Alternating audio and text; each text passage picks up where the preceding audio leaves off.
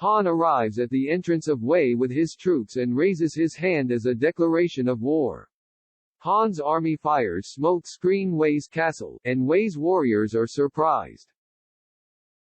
The Wei warriors cover the mouth and nose to prevent falling asleep after inhaling the smoke. The smoke vanishes, and nothing happens, which surprises the Wei warriors. The Wei warriors wonder why Han's army attacked them with the smokescreen that didn't affect them. They decided that they have to evacuate before Han and his men attack them again. But Han smiles and told his troops that they are falling back to the main camp's position. Han comments that the beginning and the actual show are still to come. The warriors at the front line think that Han is crazy with his army since they came and put on an incomplete presentation. The guy wonders why Han's army is leaving without putting on a fight. Wu Yihu comments that he doesn't understand. The higher-ups wonder what is going on, and they ask Boss if he has clues. Boss looks away, thinking if Han has some other secrets plans. Meanwhile, at Shan'e, land of Zhao, a samurai and his assistants arrives, and the lady samurai is Chang Lei. Lei comments that she is almost there since she has come this far.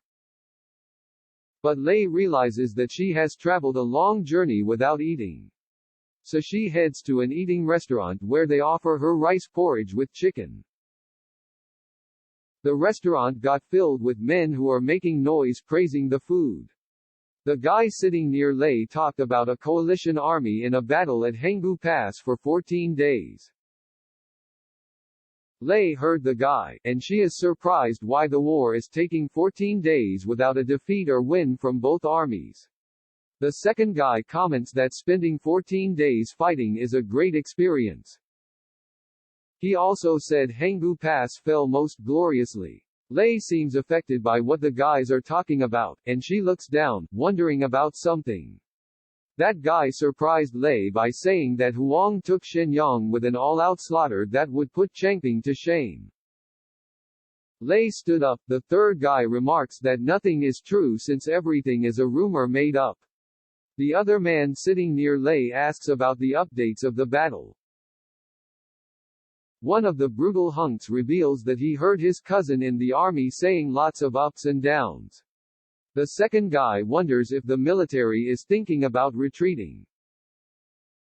The hunk replies that he heard that the coalition army is doing that on purpose. But the Qin army is fighting strong, and if Qin loses, they will lose the country. Lei realizes it means the victory of the battle determines Qin country's fate. Meanwhile, at war Qin and Zhao are in a war. Qin got his arm stabbed with an arrow, but he continues to advance to the front line. Although Zhao, Qin, and Fei have clashed, Shi's men opened the path by killing the enemies for Qin to make his way to the front line. At Shenyang Castle, the high-ups talked about the battle. Shenyang comments that he doesn't understand why the coalition army wants a drawn-out war. They talked about how the battle continues and the kingdoms involved in the fight, Yan, Zhao, Wei, Han, Chu, Qin, and Qi. They realize that the threat of the defector Qi is at their backs with their massive armies deployed outside their borders, and their respective rulers are uneasy. Most of the kingdoms are aiming to take down Qin. The higher-ups try to analyze the battle and come out with a strategy to counterattack their enemies. They ask the minister to explain since the Qin's army is getting weakened on every battlefield. The higher-ups realize that the enemies are waiting for the opportunity for an all-out mass attack. Minister replies that the enemies don't want a drawn-out battle, and they want the shortest way possible. The higher-ups are surprised that the enemies are looking for an easy short struggle.